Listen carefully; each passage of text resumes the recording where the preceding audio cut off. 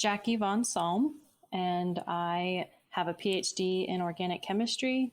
My focus has always been on natural products and finding medicines from nature.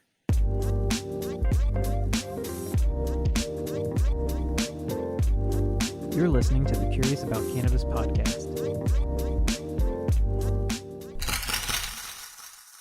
Hey everybody, this is Jason Wilson with the Curious About Cannabis podcast. Thanks so much for tuning in once again. Today I am really stoked to be talking to someone who is as interested in ecology and chemistry as I am, Dr. Jackie von Salm. Thanks so much, Jackie, for being willing to come on the podcast today. Yeah, absolutely. I'm excited.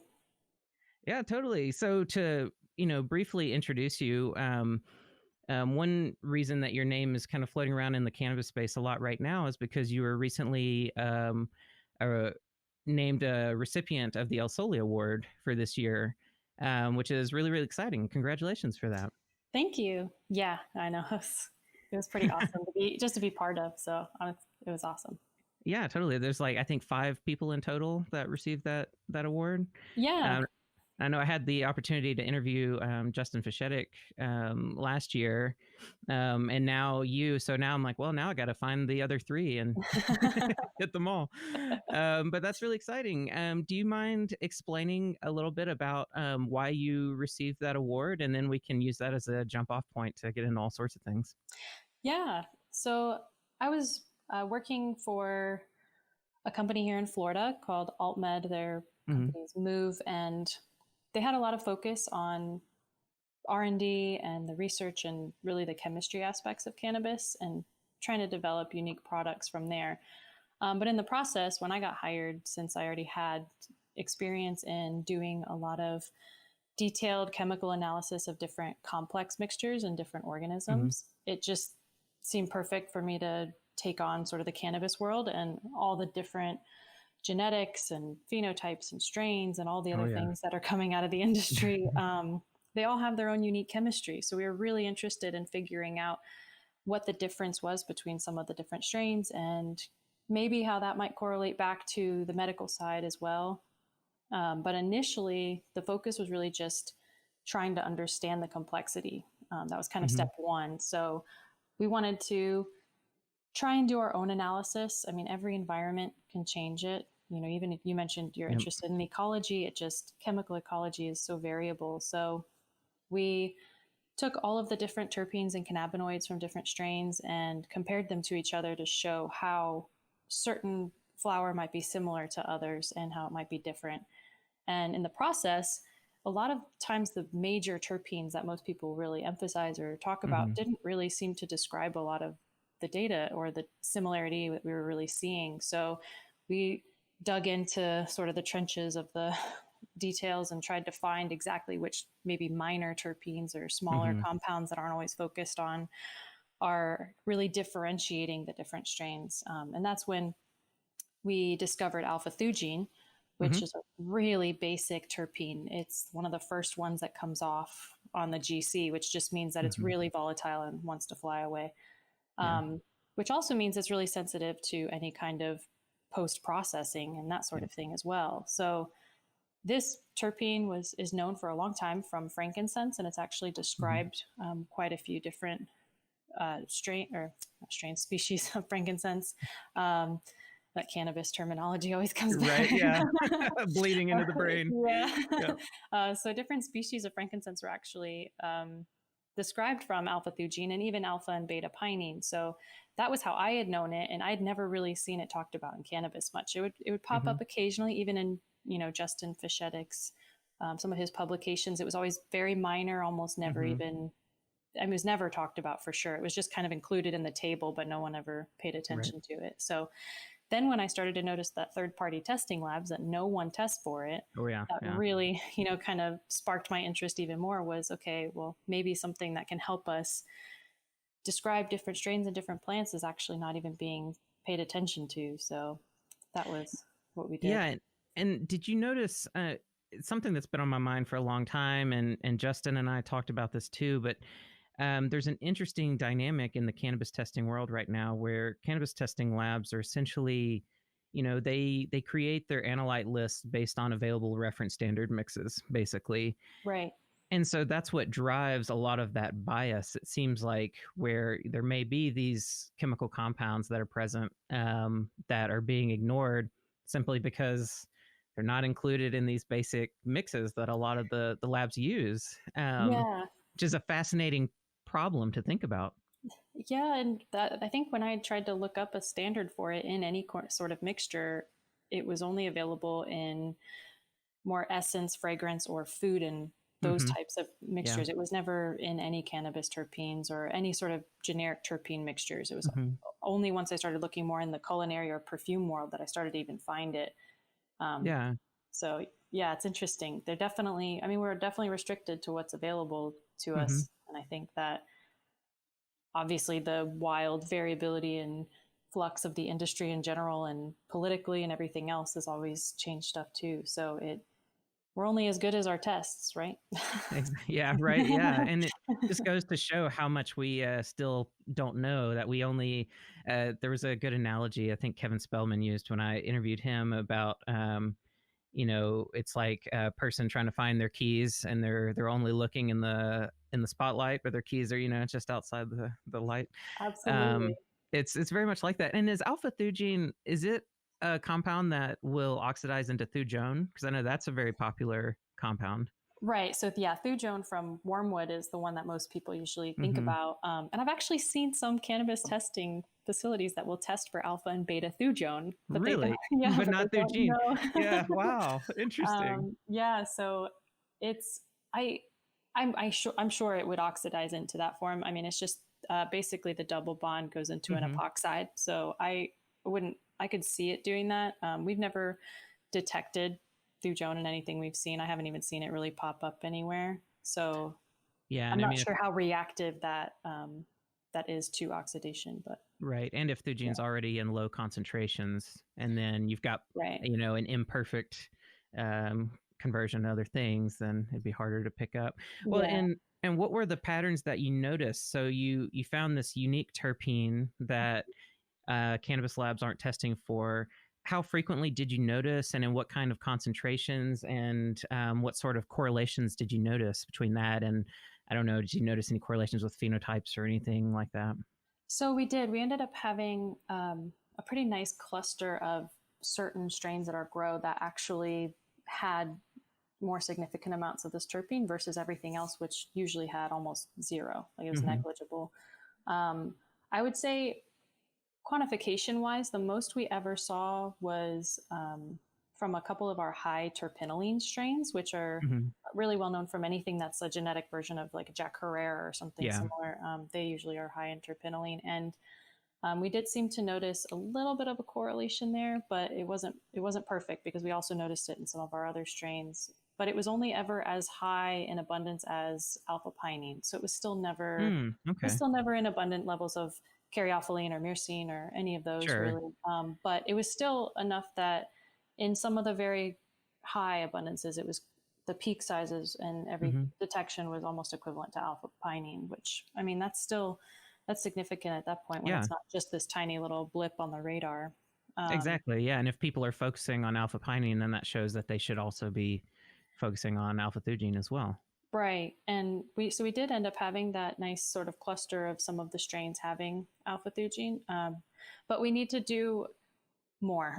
Obviously, I think Yeah. that's always the case with good data, right? Is we had tested originally 28 different cultivars, but Mm-hmm. some of those even have phenotypes within each cultivar because most Right. of our facility grew from seeds, and that Ah. seed variability will just I mean, I Yep. don't think a lot of people really focus or pay attention on the fact that if I plant 10 seeds I could get 10 different chemotypes. Yep. And I could Yep. have variable chemistry. So there's a lot Yeah. No. more strains we need to test. Yeah. No. Exactly. The seed variability thing is something that I talk a lot about because it's an example of the. I mean, there are a lot of issues with the term strain and how it's used, but Right. one thing that bothers me is that, even just using the term cultivar, that they'll apply the same cultivar name to plants that are grown from seed. And it really confuses things, especially for someone like you or me that might be doing testing and looking at chemistry and trying to understand, what's going on. And you're like, okay, well, these names, I can't rely on those. So what can I rely on? Yeah. It becomes this I know. Where's big the puzzle. consistency? Where can I? Yeah. And, I get different sorts of feedback from people in the industry that, some folks like still really want to hang on to that idea of strain names and cultivar names and everything, which is fine, I think, from a brand name perspective. But from a research standpoint, it can be really frustrating. I know in the CBD world, in the hemp world, something I was involved in a couple of years ago, there was it's been labeled the Great Seed Debacle of Oregon of 2018. But basically, these F2 generation seeds started floating around in Oregon, and a lot of farmers planted them.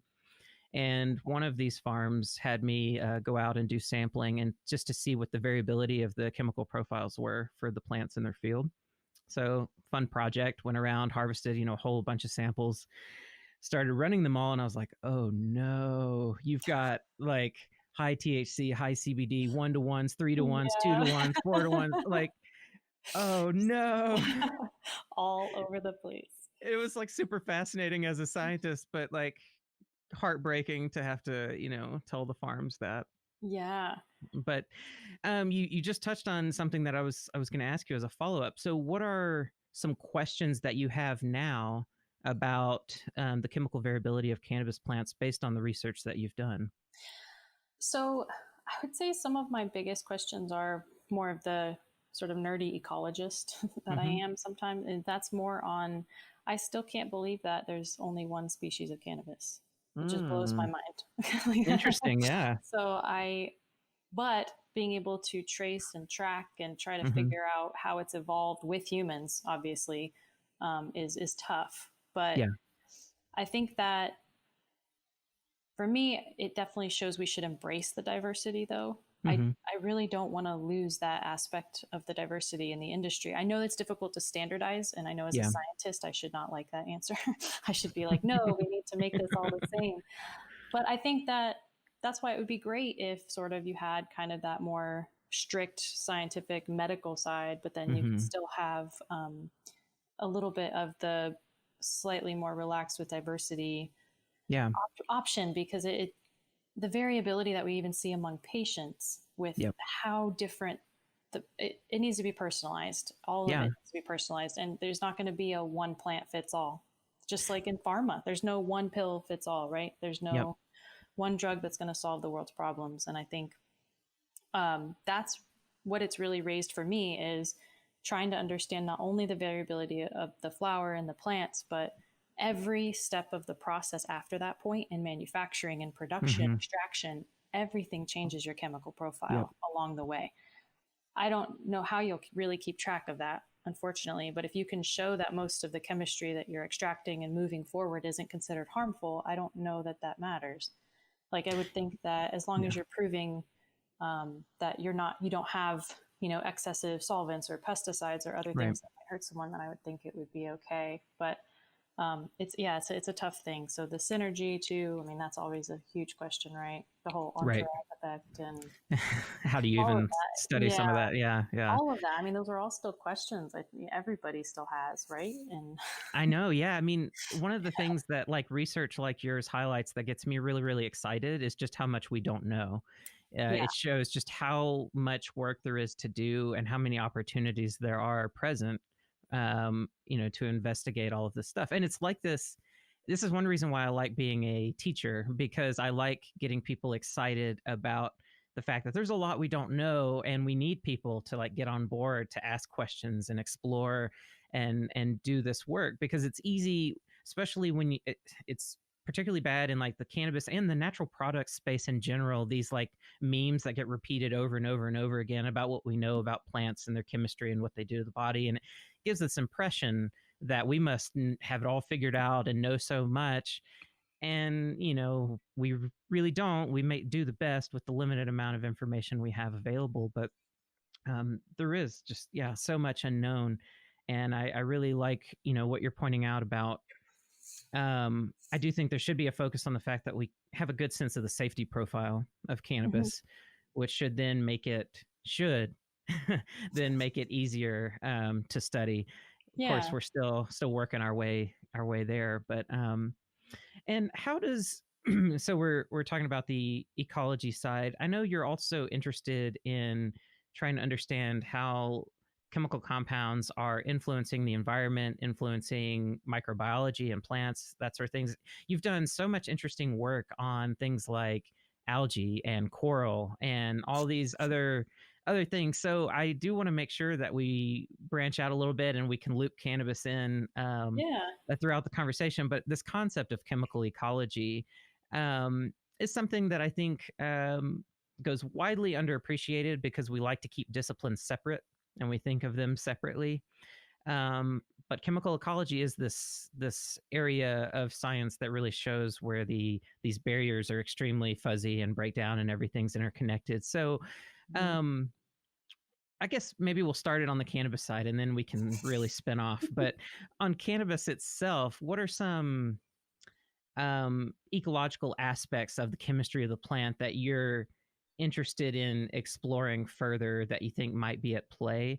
And then let's talk a little bit about some of your other research that you've looked at about how you've discovered all sorts of different compounds and other organisms that one influence the environment, that sort of thing, but also are important targets for possible drug development in the future. So I want to get into all of that as well.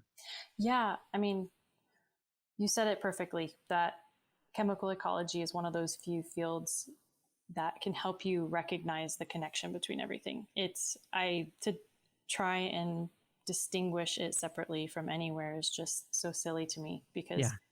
I'm it's I I joke, but I always kind of make this statement, and my um, business partner and other people always pick on me for it. But it's a good one, and I like it, so I continue saying it. But it's that any sort of drug discovery that you're doing is really chemical ecology of the human body Yeah. Yeah. and Hmm. everything. So I mean, anything from with cannabis specifically, there's not a lot of research done on if you have an entire indoor facility and you're looking at having you know a few dozen plants on one tray, how is one genetic variant of the plant being directly next to another genetic variant of the plant affecting the Ah. chemistry, and that's Hmm. called allelopathy. And Yeah. that's a big deal. And when you mentioned some of the marine stuff and other things I've done, that's a huge aspect of coral reef research right now, and how algae affects coral and vice versa. Hmm. So even just how different plants being near each other in environment can change things. Obviously, humidity, temperature, all of those aspects. I mean, any sort of stress you might be putting on the plant too. Yeah. There's a lot of companies around the country that, from time to time are going to have some kind of either microbial or pest situation happening, right? And Absolutely. I mean, I Yeah. can tell you in Florida's just a cesspool of just all the things, right? Because it's just Yeah. a swamp. Yep. Exactly. but you're always going to have some of that stuff popping up. And when the plant is stressed, it can produce different chemistry as well, just Hmm. like if it's Yep. comfortable versus stressed and all these different things. And um, it's going to be hard to really know what's being affected where, but the cannabis industry is in such a unique situation, in my opinion, where, so at our facility, we went from seed all the way to sale. We had our own Hmm. dispensaries, we grew, we did every aspect of processing and production, and we had our own in house lab, which was unique at the time. Hmm. So when you have this sort of closed system, I mean, we had some Yeah. variables, but the variables aren't going to be the same as they would be if it was in nature. I mean, Right. chemical ecology is hard because trying to control or Yeah. understand nature is Exactly. just kind of pointless most of the time. So Yep. you have to do what you can. But with cannabis, I mean, if you have the opportunity of going through the whole life cycle and the whole stages of these plants, then you could do some really unique and interesting analysis to be able to try and come up with conclusions on what is being altered where and what Hmm. changes might be happening. And I think that as the cannabis industry evolves, I hope they start to really look at some of those things because, I mean, even curing, right? Yeah. Like, what's the definition of a good cure? Everybody's got their own opinion, but Yeah. I can tell you that the tea and tobacco industries, they all have a very strict definition if depending on the company, of how they cure the different tea leaves or tobacco leaves or anything else. And that's what leads to the chemistry. It's very precise most of the time. So there's so much opportunity, and all of that, in my opinion, is considered chemical ecology. Yeah, absolutely. You're trying to assess how the chemistry is being altered by the environment or other factors. And so I hope that cannabis starts to embrace some of those things and recognize their opportunity that they have to do that. Absolutely. Yeah. And something that's been on my mind for a long time, like when I was in grad school, one of the things that I was interested in and studied was the sort of different things going on or in the microorganisms in the rhizospheres of plants. Yeah. And something that I've been wondering about cannabis that I have no time to look into and no money to pay for the time to look into, but one day it would be cool to look into, is how different chemotypes of cannabis influence the diversity of microorganisms in that rhizosphere. Because, you know, the exudates and things of the roots and other things, these chemicals, triterpenes, all these different things going on, you know, they influence what is going to be attracted or not to the roots. Also, another thing I wonder is that this concept of using mycorrhizal fungi in cannabis agriculture is interesting to me, because that was something I studied in grad school. And I'm interested to know how in outdoor fields, how cannabis, and particularly different varieties of cannabis, influence some of the native mycology of the soil. Yeah. Because cannabis is one of these plants that can benefit from mycorrhizal associations, but it doesn't necessarily need them very much. And something that some of my research highlighted for me is that a lot of times when you have plants that don't necessarily need those associations, a lot of times you get quite a steep drop in diversity in the soil over time, because people don't realize spores are always moving in soil and stuff. So that's a sort of a chemical ecology question that I have that I'd really like to see explored. Yeah. I mean, even so, my son, he's about 8 years old, just turned 8 last month. Yeah. And we just learned all about earthworms and soil and all of that stuff, right? And it makes you wonder, because you have a lot of these, you have greenhouses that are more secluded than others. You have fully open, more natural types of grows outside. And then you have fully only indoor facilities where each individual plant is in its own separate pot. So they're not even able to have any sort of communication between the soil or anything like that. So it's definitely interesting to see how it would affect that entire sort of ecosystem that we typically associate with farming too, in general. And the bacterial aspect or fungal, all of it, the microorganisms, that one is so understudied for all of cannabis that it's wild. I've talked to a few different people about it just because of the concept of microbiome. It's even becoming big in the human body and everywhere. And for me, from chemical ecology, especially in the marine world, there's been quite a few different sponges and tunicates and other organisms where they're discovering the actual thing producing the compound you found is not the organism itself. It's a symbiotic relationship with a microorganism, right? Exactly. So, and even just in the last 10 or 15 years, there were some really big reviews and publications coming out about the bacterial terpenome and this whole thing about the terpenes. And not a lot of people associate terpenes with microorganisms a lot of the time. But I mean, the very first compound I ever discovered from a fungus was a terpene. So I mean, they're everywhere. And I mean, they're the largest class of natural products. So if you're seeing pretty consistent, similar terpenes kind of across the board with a lot of plants and different organisms. So I don't know. Well, I would love to be able to do it more too. And what highlights what you're saying is the fact that one way, and there's a lot of debate over whether this is an appropriate way to produce natural products, but one way is through bioreactors and using bacteria and fungi, depending on what compound you're trying to produce those things for you. And that's happening with cannabinoids now, and has been happening with terpenes for a while. So yeah, absolutely, it's a significant effect, and yeah, it's something that, I mean, there's so little ecological research on cannabis that's been done, period. And then when you start looking into stuff like that, rhizosphere stuff, and there was some paper that came out recently about endophytes in cannabis. I can't remember. I need to go back and look. But there's a couple, but Yeah. really not many. So that would be fascinating to know if some of these minor constituents of cannabis that we identify, maybe they're not, necessarily being produced by the plant. Maybe some of them are being produced by bacteria, fungi Yeah. We living did. on the plant. We did a huge screening project when I was during my undergraduate research, and then it even carried over into graduate a little bit. But it was all on just tens of thousands of different endophytes, especially Mm-hmm. from in Florida. We have a lot of mangroves, and so it was mangroves are unique, kind of being in both Yeah. the water and land sort of Yep. ecosystem. So we did some endophyte studies there, and from other organisms as well. But it's it's amazing, just again how different. I could go here in Tampa maybe and try to um, assess some of the endophytes on mangroves, and Mm-hmm. then just go an hour south back closer to my hometown in Sarasota and Bradenton area and take something from down there and get completely different fungi. Because Yeah. again, it's you never know what you're going to culture either, right? We can only culture a Yep. certain percentage, a really small percentage. So the biodiversity was just amazing, which that's awesome because today's actually biodiversity day Is apparently. it? Oh, Yeah. wow. Yes.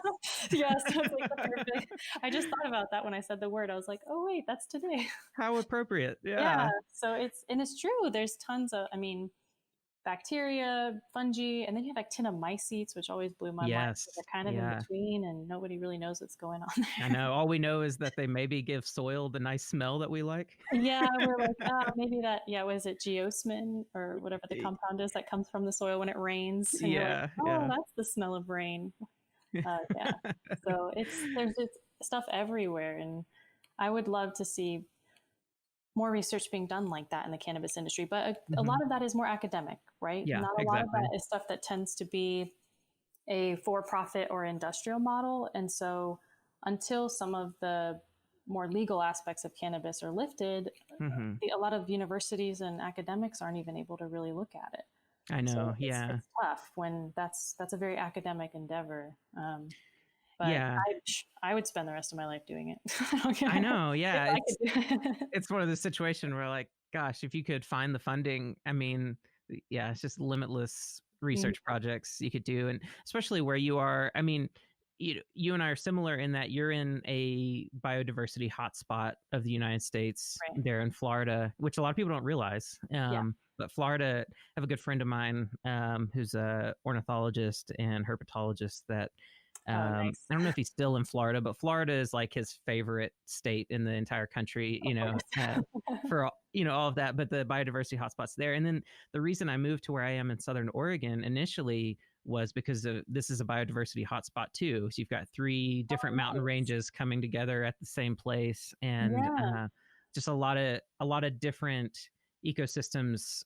Their boundaries are all right here, so there's a lot of interesting things happening in this area. And this brings me to sort of a deeper topic to talk about, which is natural product research and drug development. Um, I think something that a lot of people don't realize is, um, I think in my interview with Kevin Spellman, we talked about the statistic, but it's like around 6% of plant species have really been, studied and, Right. researched and everything, and yet we're losing species at such an alarming rate. Yeah. Um, so, one thing I wanted to ask you: have you run into any common misconceptions among the public around what's involved in drug development and natural products research that we could touch on a little bit? Because I think it's something that a lot of people are disconnected from, and it'd be good to kind of help them understand what that process looks like, more realistically. Yeah. So it changes every year as different drugs are developed and come out Hmm. in pharmaceuticals in general. But there's a review done every year by Natural Product Reports where they show Hmm. you all of the different derivatives of natural products, whether they be synthetic or not. They also do actual natural products, and they show you the percentage of drugs on the market that have either been inspired by a natural product or are an actual natural product.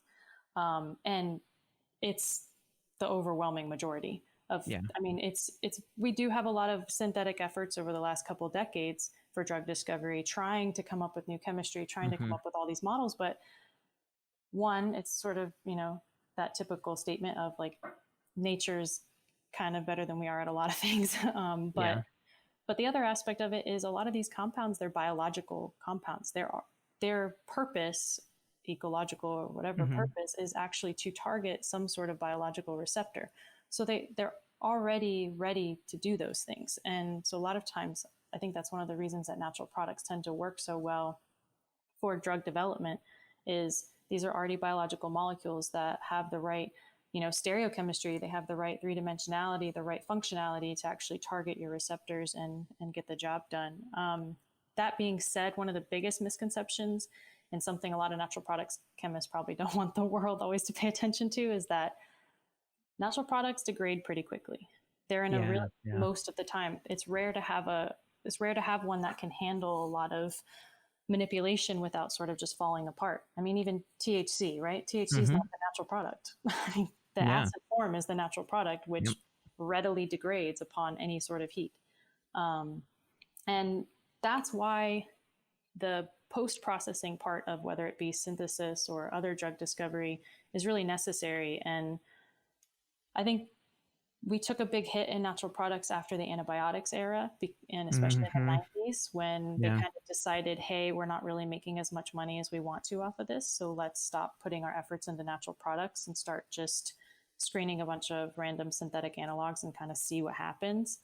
That endeavor really hasn't led to a whole lot, unfortunately, in certain areas. I mean, there are other areas that it's helped quite a bit.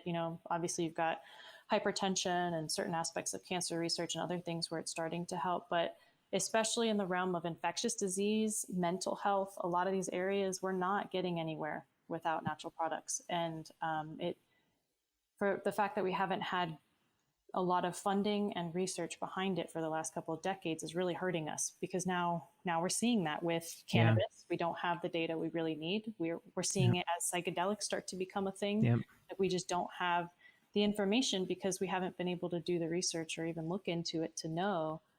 And I think that natural products are a great way to start the process of drug discovery.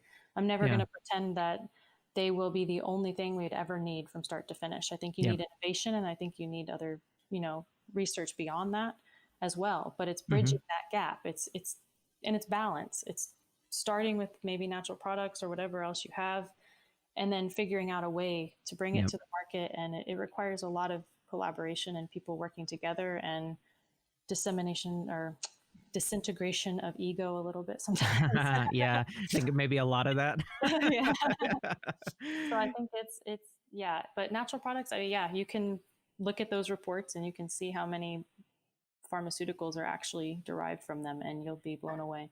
Yeah, I think that's an excellent point, because I do think there is a misconception among the public in general that most of our modern pharmacopoeia is synthetic, and it's really not. And touching on some of what you said, another thing I wanted to make sure to ask you about is you're the CSO for a company called Psilera Biosciences. Yes. And I wanted to ask you a little bit about that company and kind of what your mission is there. I know you're taking on projects trying to look at all sorts of different natural products, including psychedelics. Am I right about that? Yes. Yeah. Yeah. So you mind speaking a little bit about, how did that company kind of come into existence, and what are you trying to do there? Yeah. So my co-founder, and he's actually the CEO, is Dr. Chris Witowski. And we both actually worked at AltMed in the cannabis industry together. But even before that, we actually did graduate school together in natural products. And we had focused a lot on infectious and neglected diseases. We had done some testing in other areas as well, but our big focus was usually on neglected and tropical diseases for a long time. And from there, and then through sort of the cannabis industry for the last few years together, we've had we've been talking about starting our own company for, a decade at this point. Yeah. And we knew that especially when you're getting your PhD in natural products, you're recognizing a lot of the things I mentioned before, where you recognize that sort of lack of funding and lack of innovation really happening in that realm, especially as pharmaceutical companies didn't really have an interest as much in it. And we knew that there was a big gap. And there's also a huge gap between academics and industry in general. Yes. That you have academics coming up with all of these wonderful, amazing discoveries, and then industry kind of trying to do the same thing, and there's not good communication happening between the two. And then you could have the next drug sitting on a shelf in a professor's office, and he just has no way to even attempt to try and bring that to the public a lot of the time. Yeah. So we felt like it was finally time to sort of take that leap, take the jump. So we started Psilera Bioscience, and our focus is going to be more on mental health and addiction, as well as neurocognitive disorders. So Alzheimer's, dementia, that sort of thing, even anxiety, PTSD. And the focus is really going to be on more psychedelic type scaffolds. We are going to try and find ways to maybe try and reduce a little bit of the maybe hallucinogenic side or psychoactivity, see kind of how that works. We're also interested in the microdosing aspect of it. There's not a lot of focus happening on that right now, especially there are a couple clinical trials on psilocybin and psilocin specifically right now. And it's all still very much that higher dose. You have to sit with a psychiatrist for 6 hours blindfolded, and you can't do anything. And it's clinically, it's expensive. It's a whole process, a big to do. And there are going to be patients who might benefit more from just sort of that minor, slight microdosing regimen more than having that really intense moment, which that makes sense to me, especially for your clinically non-treatable depression, which is more of what their focus is. So I see that helping there. But if you're looking more into even tauopathies and Alzheimer's and maybe some other addiction aspects, I think you're going to need maybe a little bit more of a regimented process. So that's our goal. Our hope is to try and look at a lot of those different things and see what we can do, and really try to bring that natural products chemistry and science aspect back to it, and do all of the research that's necessary. And there's a lot of data that's needed to really try and bring these things to the world and to the market. And sometimes, I would love to think that I could just start running around with a bag of mushrooms and throwing them to people and, having a great day. Right. Yeah. I would love that, but I also know that there are going to be people who maybe aren't quite on that level, whether it be ego wise or psychologically, or just even who they know as who they are. Right. That jump into that, and it's too much. It's going to be too much for some people. It's a little bit different, in my opinion, than cannabis sometimes with that. Absolutely. Is that it's a very different thing. So I really hope that people have learned a little bit from the cannabis industry to know that maybe this is something that needs a little bit more research behind it. But unfortunately, I'm starting to see a lot of the same exact investors and companies and cannabis people. Oh my gosh. Starting to, treat psychedelics like the next big thing, and the marketing and advertising, it just blows my mind. So our hope is to really come at this from sort of that bridge that I mentioned between those two worlds, and trying to kind of help bring them together so that it benefits everybody. Our focus is always the patient. We don't, it's not, and that was the same in cannabis. It was one of the most unique situations I've ever had in my life, where I could develop a product and then go to the dispensaries and talk with patients about it, have them try it, and then have them tell me straight to my face how they felt about it. Like, that just doesn't happen.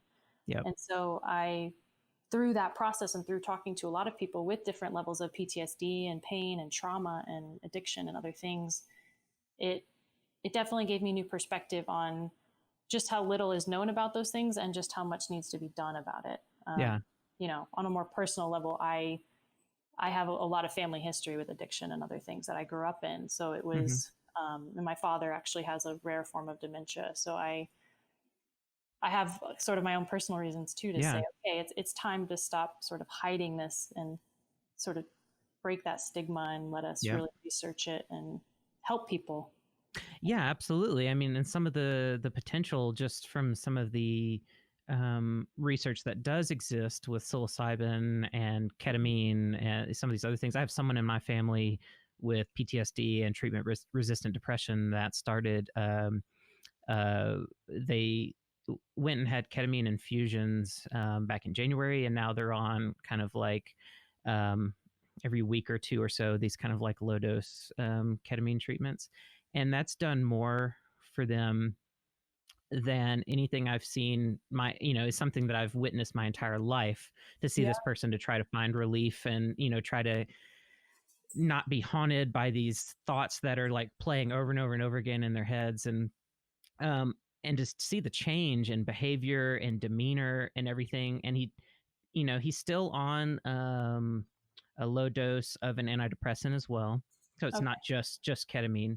But the introduction of the ketamine and what that's done, it's just been remarkable. How that's affected his well-being. And gosh, to go really deep, we're talking about chemical ecology. Now you're talking about diving into the ecology of our minds, the ecology of our brains, and navigating these interconnected things. We're talking about things related to the conceptualization of the self and the role of the ego and all of these different things, which I find super, super fascinating.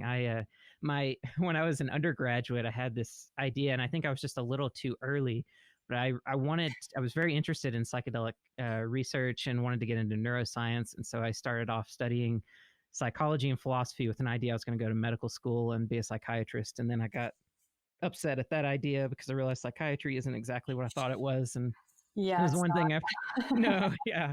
It's like one thing after another, but it's something I've always been fascinated about, this the landscape of the mind and how it ties into mental health. My wife is a mental health therapist, and nice. So it's something that like is on the forefront of our minds a lot. And the promise of psychedelic therapies, whether they be with existing psychedelics or with maybe we call them refined psychedelics, modified psychedelics. I mean, I don't remember how long ago it was. Maybe you remember when researchers were playing with LSD and making an isomer or something that wasn't hallucinogenic. They did, yeah. They were actually had made the one I know about is a halogenated version. They were able to actually and actually, that's interesting because that shows really the importance of stereochemistry too. Yes, I wanted to recognize that LSD, there's two enantiomers, right?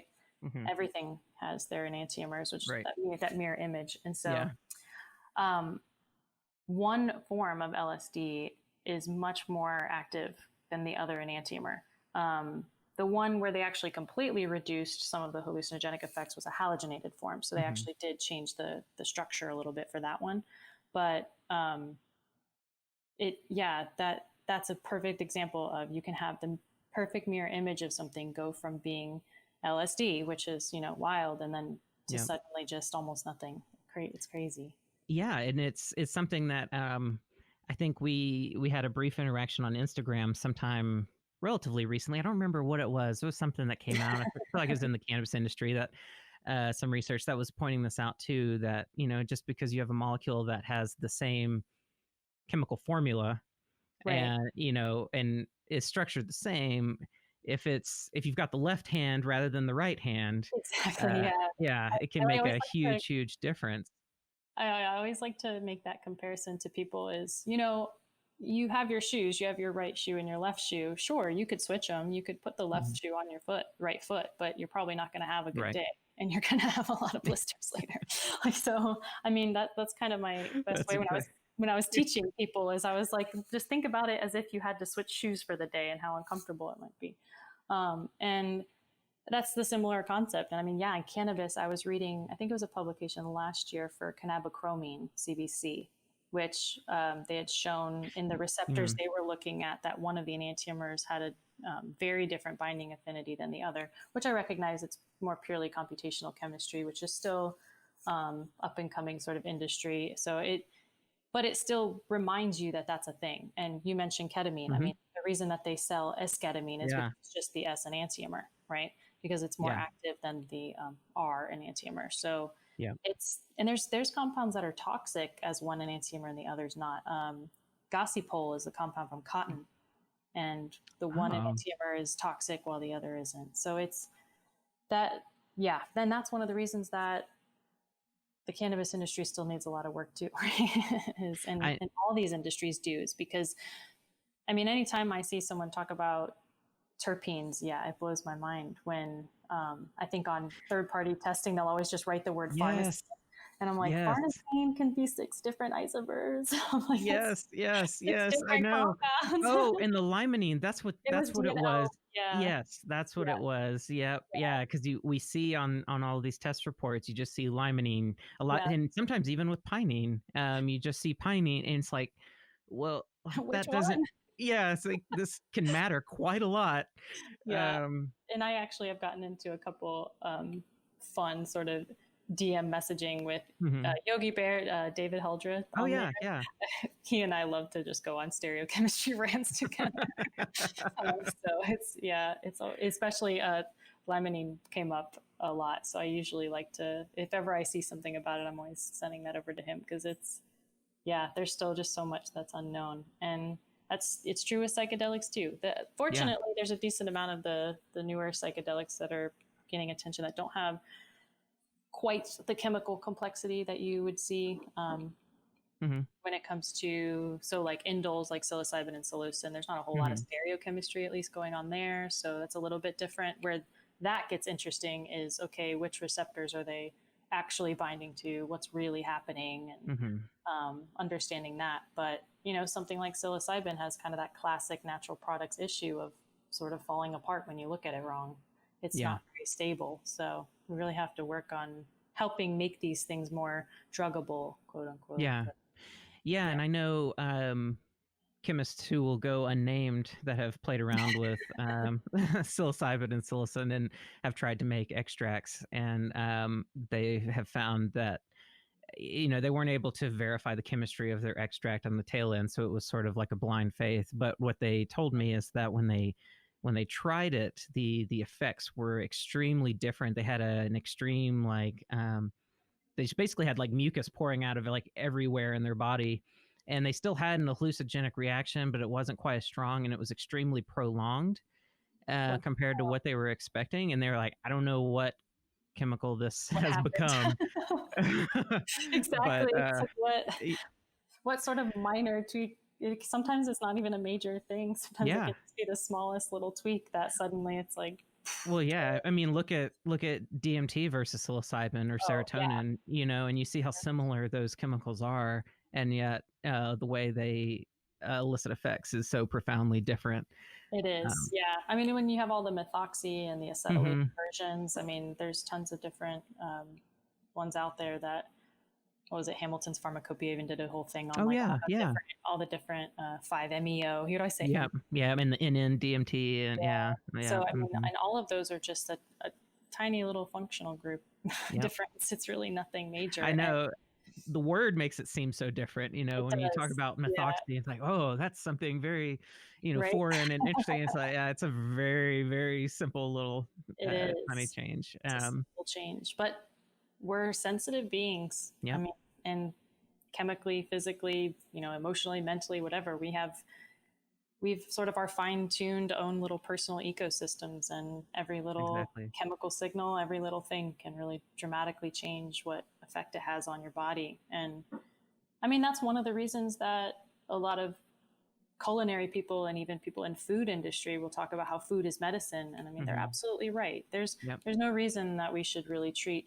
pharmaceutical industries as any different than someone who's a nutritionist really trying Yep. to help you, better yourself health wise. Because I mean, there's been a lot of studies just in the last couple of years about the amount of money getting poured into the cancer industry, and just Yeah. how little's really starting to come out of it. They're kind Yeah. of, it's a little bit, it's disproportionate, Yeah. and they're Yep. starting to notice that lifestyle changes and maybe Actually goes a banning long way. certain pesticides and banning certain food additives and other things are actually helping a lot more than some of the pharmaceuticals. So everything's connected.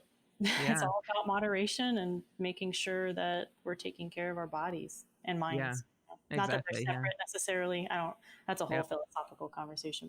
Oh, I know. Yeah. And I've gotten into discussions with other people about the, the gut brain axis and all these other things, Oh and yeah. the interconnectedness of mental health and diet and everything. It's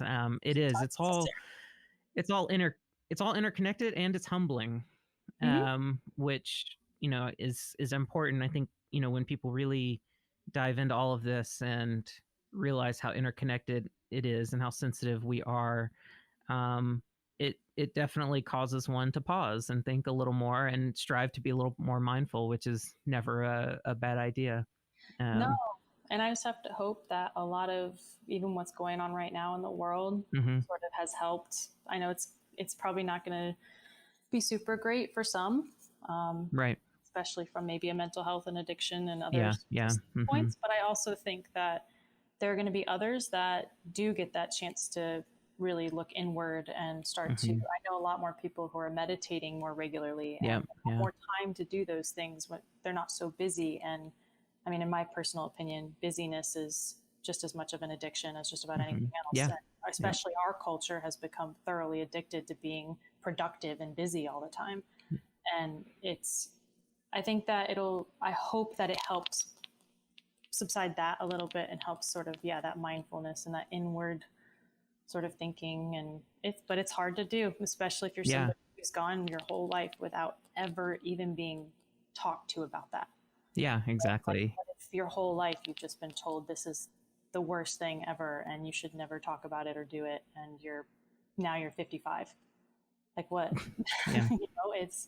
It's amazing. So I don't know. It's a pretty unique time to be alive, though. So I am It excited. is.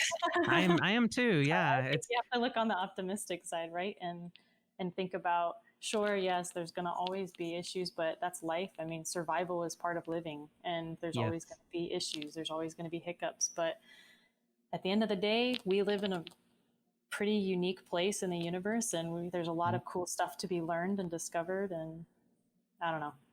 I'm usually I'm usually like disgustingly optimistic person though. People get mad at me for it. So. It depends on the day for me. I can Yeah. oscillate between both poles. I can be very optimistic and Well, there's those extremely days too. pessimistic. Yeah. Yeah. Yeah. But Yeah. I agree. It's at a really exciting time to be alive, and it seems like humanity itself is like on the verge of kind of piecing together a lot of the puzzle as far as our situation here. Something that I've hinted at before. I have another podcast that I'm working on for a year or two from now that goes beyond cannabis, because I always like talking about all these other things besides cannabis. But it's basically a pursuit of, let's say you're in Alien and you've just shown up on this planet and you don't know anything, and you're just kind of like, well, what's my situation, what's going on, and what do I do next, sort of thing. We kind of really need to take that kind of a critical approach to where we're at, just as a society, individually, within our families, just like what's going on, what's the best way to proceed forward, how do we get our ducks in a row, and really it's about that mindfulness. How do we mindfully step forward into the future? And all of these topics, I think, are critical pieces of that. Thinking about mental health, chemistry, ecology, philosophy, all these different things, and trying to get a holistic picture of what our situation as humans, is. But I wanted to ask you. I know we're getting short on time, so I want to make sure I have one or two kind of like fun questions I want to ask you that I want to make sure we have time for. So, I know that you're really into like Japanese culture. Is that right? Yeah. Yeah, totally. So one question I wanted to ask you is, do you have a favorite anime? Yeah. So I do, and it's Code Geass. I don't know if you've ever seen I'm not it. familiar with that one. No. It's one of the shorter ones. So you obviously have your super long, ridiculous Oh ones yes. like Naruto and Bleach and all these other ones Yes, that go on forever and never want to end. But no, this is actually a shorter one. So I think I'm trying to remember. I think they're only like 54 maybe total episodes or so. Oh, okay. Yeah. It wasn't a ton. It was like a kind of a 2-season sort of blip, if I remember right. And that might even be more. It might be less than that. I need to go back and watch it. I've seen it, I think, twice, but that was one of my favorite ones. And that one has sort of that like pseudo aristocracy kind of thing going on. Like they always like to bring in Great Britain and UK kind of vibes sometimes. And it has sort of that, but it's very much a sort of rich versus poor kind of battle sort of interaction. And it's got, and anything that has to deal with sort of that class system and that sort of vibe I usually enjoy, just because a lot of people don't like to recognize just how stuck in that we still are sometimes. Yeah, absolutely. Yeah, but that's a pretty good one. I definitely recommend that one. Yeah, I'll have to check that out. And I would say for visuals though, if you just want a really good visual anime, I love Count of Monte Cristo. The like animation they use in that is really wild. You can't watch too many episodes because it kind of just starts to like, it's sort of almost trippy looking. So you have to like overwhelming. Yeah, visually a little bit too stimulating sometimes, but visually I like that one a lot too. So nice. I do, yeah. So I want to do Japan in like kind of a few different stages. I would say this first stage was really me going out of my element, which I'm not a big fan of super huge metropolitan city kind of areas. But I went with my younger sister who thought she really wanted to move to a big city. So I took her with me as more of like a let's check out Tokyo kind of thing. And so we were there. We stayed in Shinjuku. And that's sort of their like pseudo red light district, which is interesting. But yeah, and it was great. I mean, Tokyo is huge. It's massive. And I think that there's so much you can do just in that area that we had to both kind of get out of our element and out of our shell a little bit and just decide, okay, even though this isn't really our vibe, we like nature, we like that sort of stuff. We can find all these cool things. So we just did crazy Japanese stuff. I mean, we just wanted to find the weirdest stuff. So, I mean, we did some really typical tourism kind of things. And like we went to there's like this big robot cafe place you can go to that does these crazy video. Like we just did some typical stuff. And then Yakitori Alley is really neat. That was one of the best spots for sure for some food. But one of the things I would say I took out of it, their national parks were really pretty. Like we went to a couple of the different sort of botanical garden park kind of areas, but we did the Mario Kart sort of racing around the city. That was awesome. That was great. We went to an owl cafe. That was one of my other favorite things. The owl cafes to force you to be so quiet and so sort of just like centered and mellow, just to be around all these owls and not stir them up. So that was really neat. And then the last one, this is all just in Tokyo though. The last one was, if you go to any of their sort of, I would equate it to almost like a mall here. There was one that we went to, and I hate it because I don't remember the name, but in the last bottom floor and basement, I would say it was probably equivalent, just these huge, almost like farmer's market kind of style. Like we could have probably just eaten there every day if we wanted to. And they just sell tons of different kinds of foods, all really unique stuff. And that was really fun. I just like food though in general. So that was really nice. That I would say were probably my top 3 highlights of Tokyo. But my favorite was when we went out to the country. So we finally were like, okay, we've had enough of city stuff. We went out to a zoo. I'm pretty obsessed with red pandas. So we went out to a zoo and saw some of those. And then we went and stayed at one of their old-fashioned ryokans, the like, old-fashioned hotel type by Mount Fuji. And we stayed right on Lake Kawaguchi. And it was just, I don't know, it's such a neat environment. And I miss bathhouses. Like, why is that not a thing? I wish those were more of a thing here. And yeah, that was gorgeous. I mean, that was beautiful going into more of the mountains and a little bit out. But that's actually all we did on that trip, because now my next trips, which are the places I've really always wanted to go, which is Kyoto and Osaka, and even Nagano has a really nice I really want to see the Japanese macaques, the monkeys in the hot springs. Those will be some of my future trips. So I only have some Tokyo and Mount Fuji sort of references now, but I took Japanese for about 6 semesters in college. So cool. I was finally able to try and attempt some of that again. Yeah, and not just have it totally go to waste. But we were there for almost 2 weeks. And I'd say maybe it wasn't until like the last couple of days I finally was like, oh yeah, I know it. I remember all this stuff now. Now that we have to leave, I'll read it in the airport. Yeah, which their subway system is wild in Tokyo. The subways are crazy to try and keep track of. So I was surprised by the lack of English around. So I had to be kind of thrown into it pretty quick. I was like, oh, wait, yeah. I think I recognize that symbol. What does that mean? So yeah. It was really fun though. I'll definitely go back once we're, allowed to really travel again. But right. Yeah. I'm excited. There's lots of places I want to go though. I was hoping this year to actually reach. So I went to Antarctica years ago for research, and when I went and did that trip, I was actually only 21 when I did that, and I remember saying to myself, okay, not many people get to reach this continent, and I'm young, so I told myself I'm going to reach all 7 before I'm 30. Yeah. And Japan, and we went through Beijing and then to Japan. And so that was my Asia continent, which was my 6th. So I was hoping before my birthday this year, which my birthday is actually on Sunday. Oh, early happy birthday. Yeah, thanks. I was hoping to travel. So I already had a trip planned to Africa as my last continent. So I already had a trip planned. And then obviously all this stuff hit. So I didn't quite get to reach that 7th one, but I'll get there. Yeah, you'll get there before 31 or 32. You get there ASAP. Yeah. Yeah.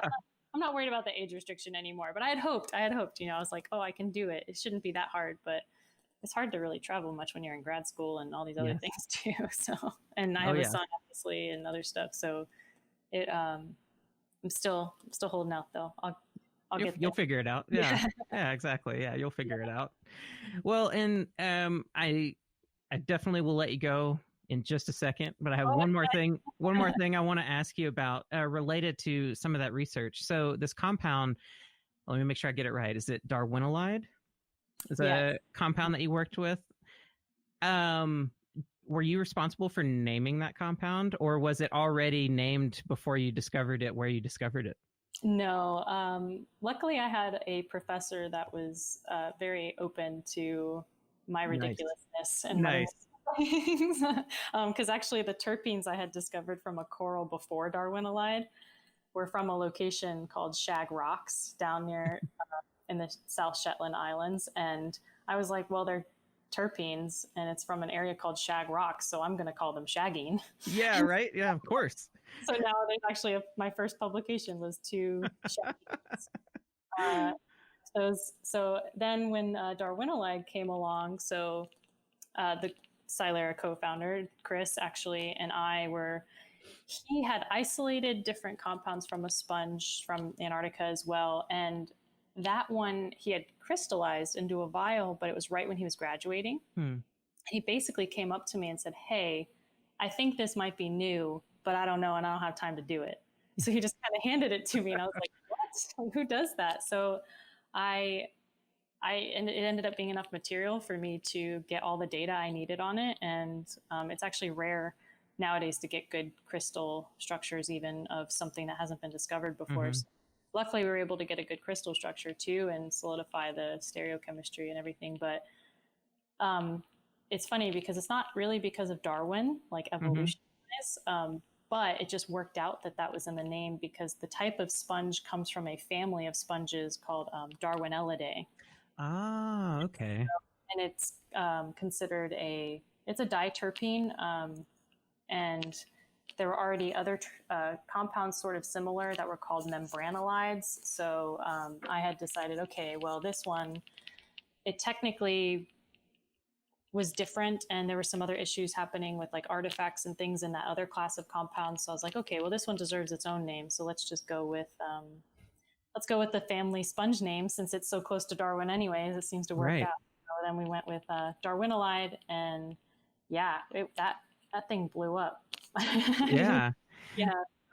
Well, and it's so cool when situations like that come about. I mean, one, obviously it's a memorable name, but it's cool knowing connected to, you know, the actual taxonomical structure of the organism too.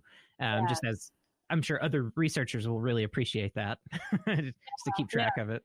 So it was, yeah, that was a good one. And I actually still, that one still always stays on our radar, just because it was infectious disease and it was MRSA biofilm. And Mm, that's right. Yeah. I think it was last year that some publications came out with CBD and some of the cannabinoids actually being pretty good Mm-hmm. MRSA biofilm inhibitors. And so that kind of re-sparked my interest sort of in Mm-hmm. that realm a little bit. So we always try to keep some of those on our radar of, okay, well, maybe something could come out of that. I mean, Mm-hmm. everybody always likes to talk about infectious diseases and antibiotics and other things being, or not antibiotics, bacterial infections and other types of infections becoming issues for us Mm-hmm. as grow in population and they learn to adapt and evolve and gain resistance. So we always try to keep it in our thoughts because it's big pharma doesn't want to spend the money on antibiotics research anymore because it doesn't make them anything. So it's Yeah. we always try to. That's definitely one of the things that as we get into this more biotech sort of realm and figure out projects, we're always like, I wonder if maybe Yeah. infectious disease will be in our future too. But we'll see. Yeah. Yeah. Absolutely. Yeah. It's super, super exciting to see what happens. And I'm glad that there are, you know, people like yourself and others that I've talked to that are trying to find ways to take it upon themselves to be able to do some of this work that needs to be done independently when the funding's not there. Right. That's so huge. And yeah, we'll see how it goes. One hope that I have for the cannabis industry and, you know, talking about all this investment money coming into psychedelics and stuff too, my hope is that maybe some piece of all of this money floating around is going to make its way into the hands of some people that can actually do some really interesting things with it and I hope and so. and push some things forward. Yeah, I get very nervous. I've had my own run-ins with investors and stuff that I'm like leaves a bad taste in my mouth. Yeah, yeah, and we've been pretty particular ourselves, and luckily, between Chris and I and our knowledge and sort of Yeah. just expertise, especially scientifically, but we've kind of learned what things we really want to focus on and our interests are and where we think the Mm-hmm. world can benefit the most, and so we're pretty particular whenever we've met up with anyone about really recognizing what they want out of it Yeah. because I Yeah. think it's important that everyone's vision and everyone's philosophy is similar. Yep. It might not always be perfect or identical, but at least it at least needs to mesh well, or else it's just going to end up with bad taste in your mouth and Yeah. everything Yeah. that's right. Yeah, So exactly. It can be a fingers crossed. Yeah. yeah, exactly. It can be a recipe for resentment when it goes wrong. Right. But yeah, I look forward to seeing what Psilera does in the future, and yeah, we'll be keeping in touch. I expect to see really cool things come out of your work and the group that you're working with. And in the future, if anything ever comes up, you know, new stuff that you want to talk about, let me know. I'm always happy to have you back on and get into these kinds of discussions again. I know we could talk about. There's so many other questions that I'm like, I can't ask you because otherwise we're going to be talking for like 2 hours. And I know that's unfair to you, but I like. I know. Yeah, I'm always game to keep talking about all of it. I have, especially even on the chemical ecology and other sides, like it's rare that someone else even really has that understanding or that passion for it because Mhm. it's just not emphasized a lot. Yeah. And yeah, and cannabis, man, the amount of questions that everything I've done, and that's sort of the cliche of every time you ask a question, you have 20 more. But cannabis is like every time I ask one, I have like 300 more. So it's just way more. So I'm the biggest thing right now for me is I'm still pretty obsessed with the idea of that entourage effect and Hmm. synergy. And I want to know what RSO is. Like I just want to know what RSO is because everybody's different and it's there's flavonoids, there's steroids, there's all these other compounds in there. It's anomaly. It's the Schrodinger's cat of the of the cannabis world. Well, and on that note, what do you hope to actually see from the future of cannabis research in general, other than, the things that you just talked about? Um, I really want to understand what its effects are on the immune system and inflammation. That's probably my That's biggest. huge. Yeah, that's one of my biggest things. But that's because that requires our understanding of immune system and inflammation in general. We still don't really understand that. Yeah. But how cannabis plays a role in that would probably be the coolest one. Yeah, I would totally. like to see that get somewhere. And it'll affect so many things. Yeah, it will. Yeah, it'll affect a lot. So I would love to see that get further. Perfect. Awesome. Yeah. All right. Well, Jackie, I appreciate you being willing to spend so much time with me. I know we went a little bit over what we expected, but as I knew we would, I've really enjoyed the conversation. Yeah, no, it's great though. Let people know how to learn more about any of the work that you're doing. If there's stuff you want to share about the El Soli Award, about Psilera, or just your personal social media stuff, anything you want to share, just give you a minute to, Okay. Yeah. I mean, my biggest thing right now is, if you want to follow Instagram, I'm Terp Queen PhD, as ridiculous as that is. And then it is, yeah. And so that's my Instagram handle, but I don't actually really use Twitter, but I have an account, which is J von Salm.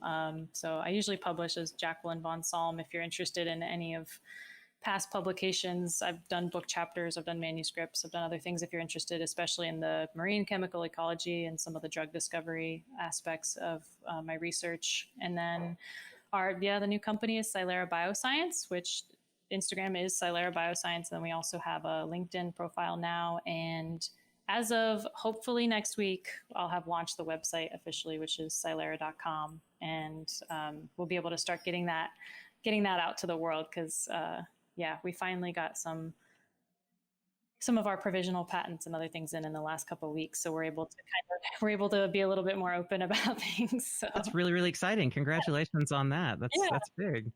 Thanks. Yeah. So those ones are all good places. And I'm usually pretty available. If you have questions or want to ask me anything, you can always reach out. All right. Awesome.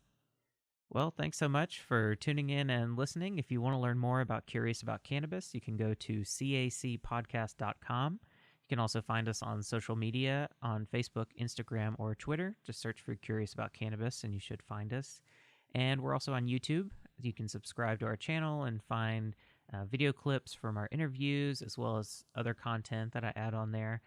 And then if you want to support the show, you can consider becoming a patron on our Patreon at patreon.com/CuriousAboutCannabis, where you'll get access to a members-only podcast feed with early releases of episodes, extended cuts, exclusive episodes, all sorts of special content on there as a thank you for supporting us, as well as other things too, merch discounts, all sorts of stuff. So if you feel inclined, check us out on patreon.com/CuriousAboutCannabis. Helps us keep the advertisers and sponsors away so that we can have the conversations we want to have and not worry about being beholden to other companies. So thanks so much for tuning in. Stay curious and take it easy. Bye-bye. If you want to learn more about cannabis, you can check out the Curious About Cannabis book, available now on Amazon.com and other online book retailers.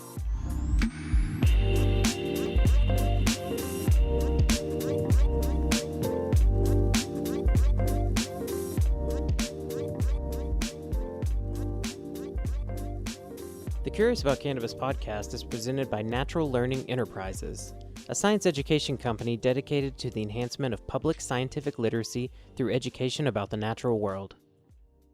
Curious About Cannabis is just one of several learning initiatives produced by Natural Learning Enterprises. To learn more, go to www.naturallearningenterprises.com or connect with NLE on Facebook, Instagram, or Twitter.